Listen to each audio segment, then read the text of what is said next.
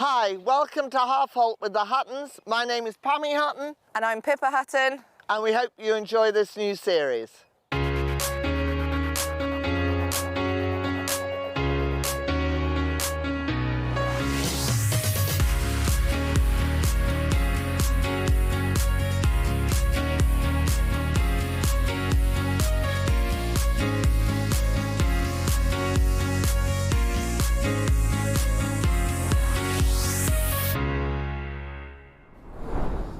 Welcome to Half Halt with the Huttons, Series 2.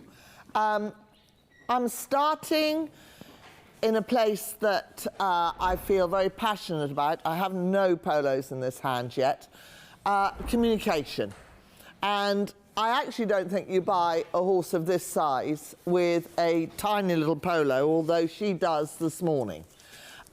Communicating with your horses, I used to think that 50% of your results start in the stable.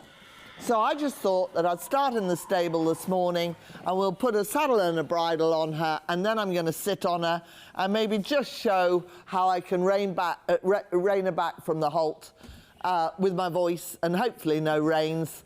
And whether we do a canter transition is another matter. But this is all just about, she's alert, she's bright, she looks well, she's greedy. Is a good gal, but she knows my voice. No. There you are. Attention changed.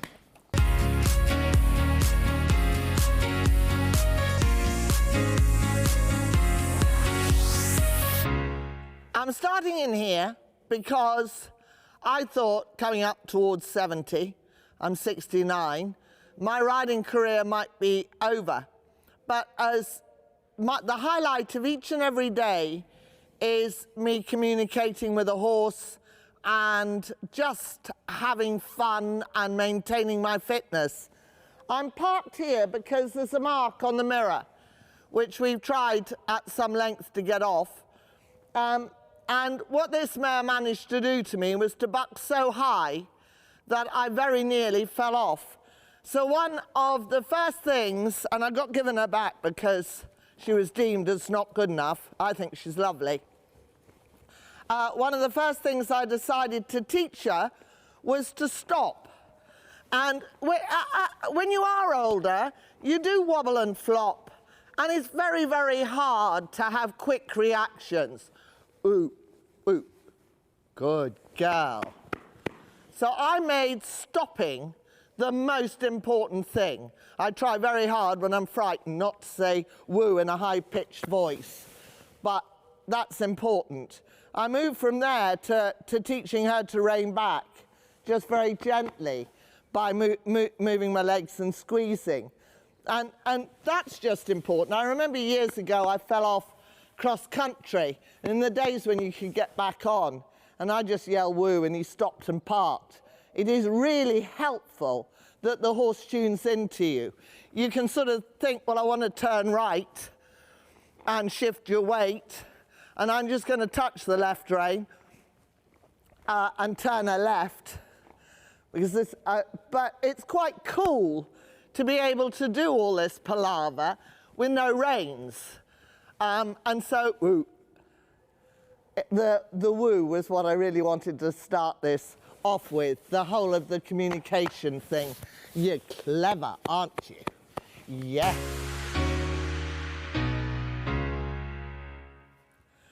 So, where we're going to start with this series is in the very complicated, and it is at the base level, how to ride, how to walk, how to trot, and how to give an aid for, I almost daren't say C-A-N-T-E-R, because if I say canter, she will very nicely canter for me.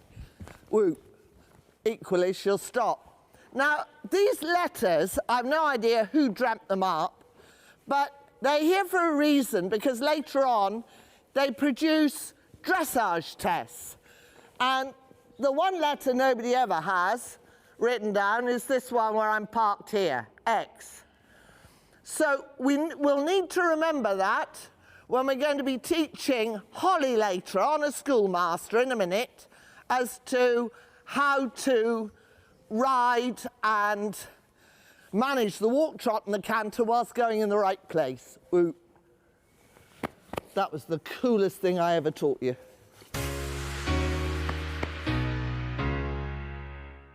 We have a lunge lesson in the background going on with our head girl, Claire Graves, with a student from Greece, Anastasia, who hasn't actually been home for a year today. And we do give lunge lessons, but for the current time, during COVID, we've been trying not to do the total beginner, and yet we are looking into how we can start the riding for the disabled again, because close contact sports are quite tricky.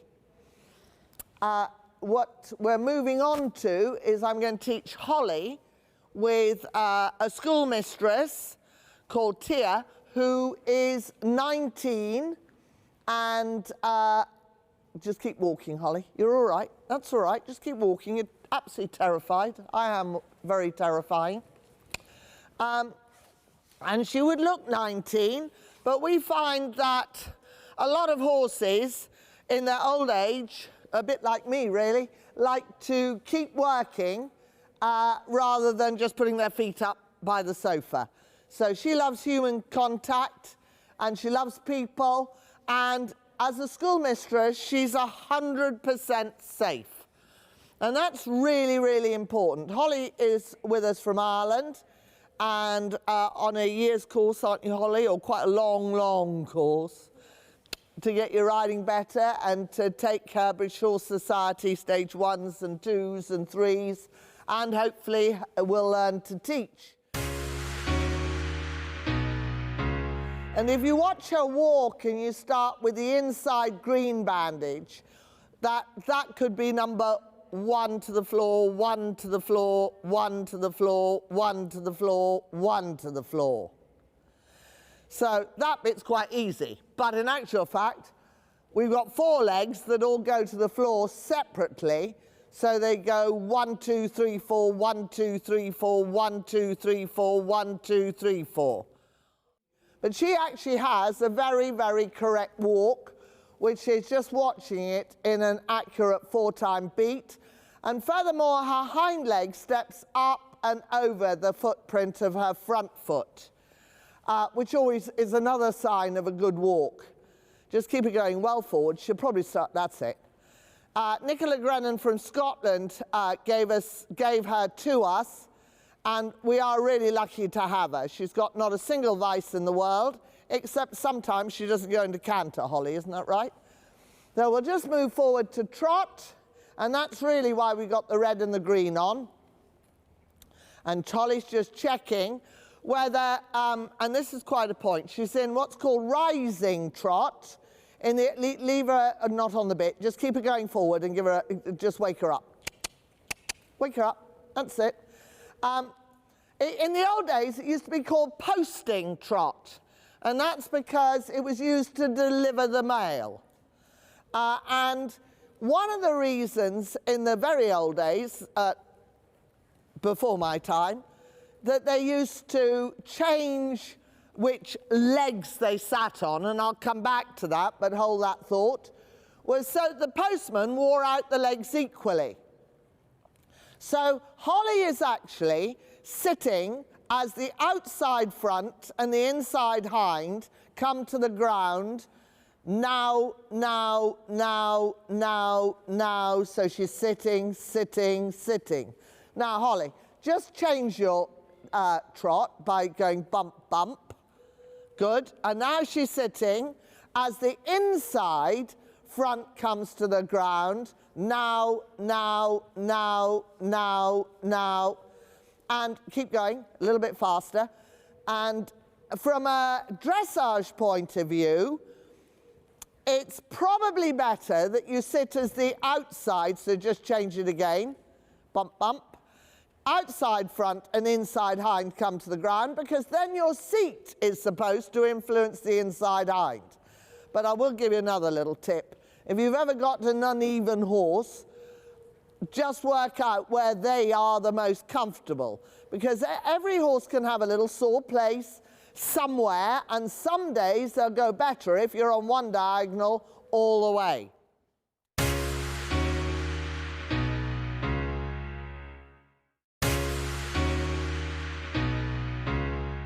So now we'll go large, and going large is another completely peculiar expression. It just means go straight on without any circles.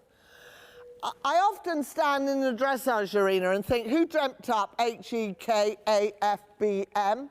C. I've never been able to remember the letters. I still can't. I actually can't. I know where they are, though, and I also know how to, and then if you bring her back onto the center circle next time, just change the rein and then give her a canter to the right. Canter is a 3-time beat, hopefully. Some horses have a 4-time beat.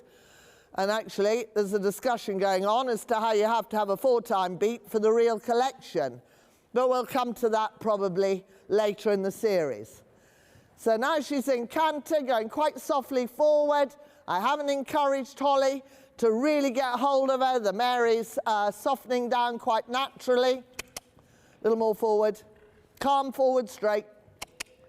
That's it. Good girl. Well done. And trot, and we'll change the rein. Again, I've worked with the mare a little bit, so if I say trot, she will do. And Holly just needs to show a very light aid to manage to change direction. With the person that I learnt, to get back to the letters, I used to have to know where X was in the middle of a field, M, H, E. I used to have to know the distances, right down to the number of meters. And I have to say, it stood me in very good stead. I know which arenas are measured a little tight, which ones are measured a little loose. Sitting trot and canter. Good. Forward. At this stage, I'm only worried about just getting the horse forward. Watch your heels, so keep your stirrups. So good girl. Good. Right, Holly, so quietly trot and walk, and then we'll move on and discuss circles and center lines.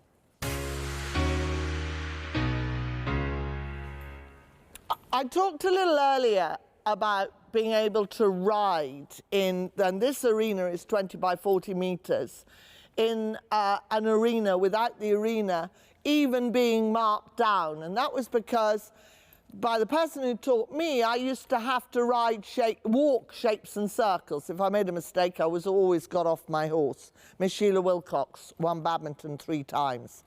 If we're riding a 20-meter circle starting at C, there are 3 lines that are taken. I'm going to take, and I've got a lovely pupil who hates this expression, the amateur line. So this is the amateur line. It's a nice soft line, neither into the corner or on the circle line. And if you go to a dressage arena, you will find at the end of a section in a novice competition that this is where the track is the most worn. So this is the amateur line. The person who's been well taught will always learn to go outside this line a little bit for corners. You don't have to go massively deep into it or they lose their balance. But you do need to be outside the circle line. That's the second line. But the circle line, I was always taught to ride circles on diamond shapes. So you actually go from here to just beyond M, halfway between M and B. So you come well inside the amateur line, well inside the professional's corner line, and I used to have to put the outside front on the outside point for 1 step and turn. And when you're riding a dressage test, part of it is to a 1 foot on the X marker, and then I've got here, made by a friend of mine, the red mark. So I'm just here, and if I was in trot, 1 foot fall and turn to C. And if you school riding circles in diamond shapes, first of all, they stop falling out through the outside shoulder. And secondly, you're already showing a more professional ground floor pattern to your judge. So, Holly, God help us. Let's go and try, all right? So what we'll do is just trot on the right rein and see whether we can ride a 20-metre circle. I'll move as if you're doing a diamond. So X you've missed, and I know that because I've been at X all day. And you're outside that line, and I'm going to park here, all right? You touch there, go over, oh my goodness, I'm about to die. That's it.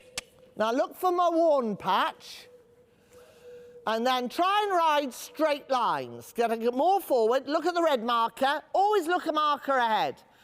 Now look at the C marker, flat out, faster, come on. And then look over there, good girl. And more forward, good girl. You missed the track, so a judge doesn't put you missed the track by half a metre, they just dock half a mark. Turn, good, 1, touch it. Now all the way outside to the pole. And this is when you start competing at preliminary level, Holly, you will discover it's actually really hard to do what the test sheet says. Turn over there. Now I'm going to move the next time back onto the amateur line, and you're then going to go straight on outside me. Now I have to say, once in 60 years I have been knocked over. So Holly, look where I am, you're going outside me, all right? And what that does is gain you extra marks in showing the difference between a circle and a... Hello? And then I half expect you to go straight on, all right? So finish your circle at C, and then go outside me and go straight on. Good girl. And then I want you to turn quietly at A, up the centre line to C. And I really don't mind how you do that. We'll see whether we can manage it.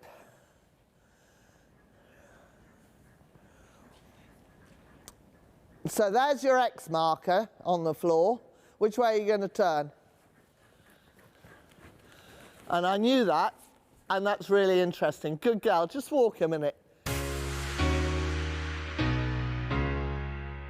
I knew when you were here that you were turning right. Not only can I see your footprints, but I knew by your body language. So when you were here, you thought, oh my God, is she going to move? Followed by, I'm going to turn right. And everybody who's turning right at novice level pulls out left. Just that little bit.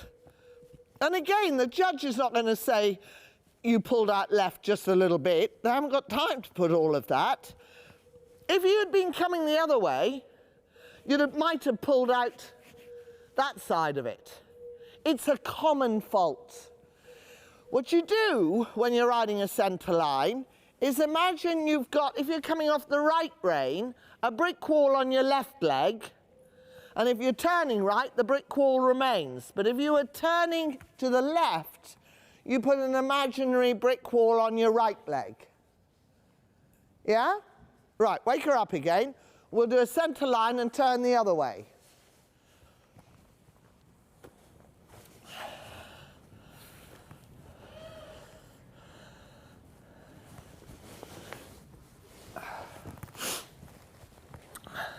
You look up at the C marker, aim at it like an arrow from the bow, already plan left. I knew that would happen. I knew it. Holly, walk a minute. Good girl. Caught you out. Just stop. These gloves are to the right of C. Yeah? Now, there is another handy tip.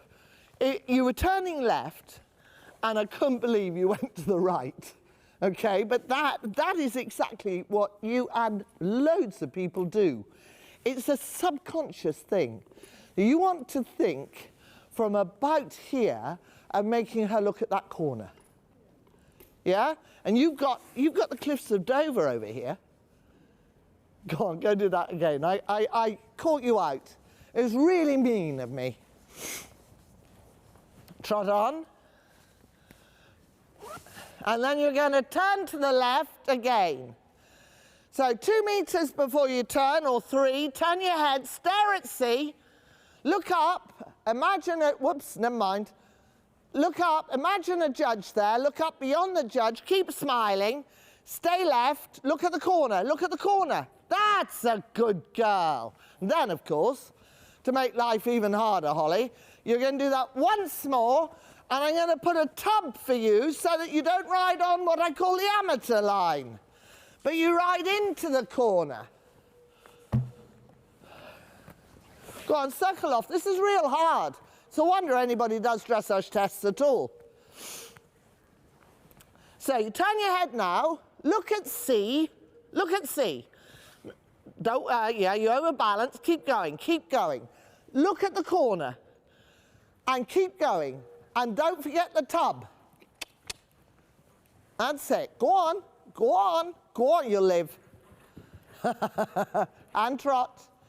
Now let's try once more, and this time turn your head about now for me. Look, look, look, look, look, look, look, look, look, look, look, look, look, look. Good girl. Stay on the line. Now look over here, and then get into the corner. Keep going, trust her. That's why we've got a schoolmistress. Got it, patter. And walk, good girl. So that's just a 20-meter circle and a centre line. And we've discovered straight away how difficult just those 2 tasks can be. We're moving forwards to the fact that on every test sheet are the rider's aids. And I just want to highlight, Holly, the next time you come past me, if you give her the canter aid, all right? There's quite a big discussion always about whether you use the inside leg for canter or the outside leg for canter. But all aids, which is a posh word for giving the horse a communication, should be invisible. So Holly, if you just trot again, and we'll do that once more incredibly badly. And I call this badly, although the correct aids are inside leg on the girth and outside leg behind, a large number of people do swing the outside leg back. Once more, well done. And she clearly seems to think that's the aid for canter. Now, Holly, let's test you. Quietly trot and see whether you can do that without swinging the leg back. Use a bit more inside leg and always whisper canter if you want to. Canter. And that's much, much quieter. You can probably even do it better than that. And quietly trot, push your heel down, wake her up, and then say, don't move the leg, and that, for me, gets a much better rider mark. Well done. Give her a pat. Good. And obviously, if time existed, we would be able to do that on the other rein. Just come forwards to walk and give her a pat. And I have to say, having never worked with you, Holly, before, we haven't cheated in any way. What's been very interesting to me is if you stop panicking about you would give that canter aid in a normal situation. If you stop panicking about that you have to do an almighty amount, the less you do, you get double the results. For episode 1, we've covered a lot of ground, although I'm well aware that with the more novice rider, and Holly, as it turns out, is on Sunday and today's Tuesday, going forward to ride a test that is being judged, a dressage test. And she just said to me very quietly that she'd lost marks on the shapes of her circles. So I could teach Holly the basics for a year and then we'd be getting somewhere. It's impossible to cover it in half an hour. But hopefully we made some strides into it.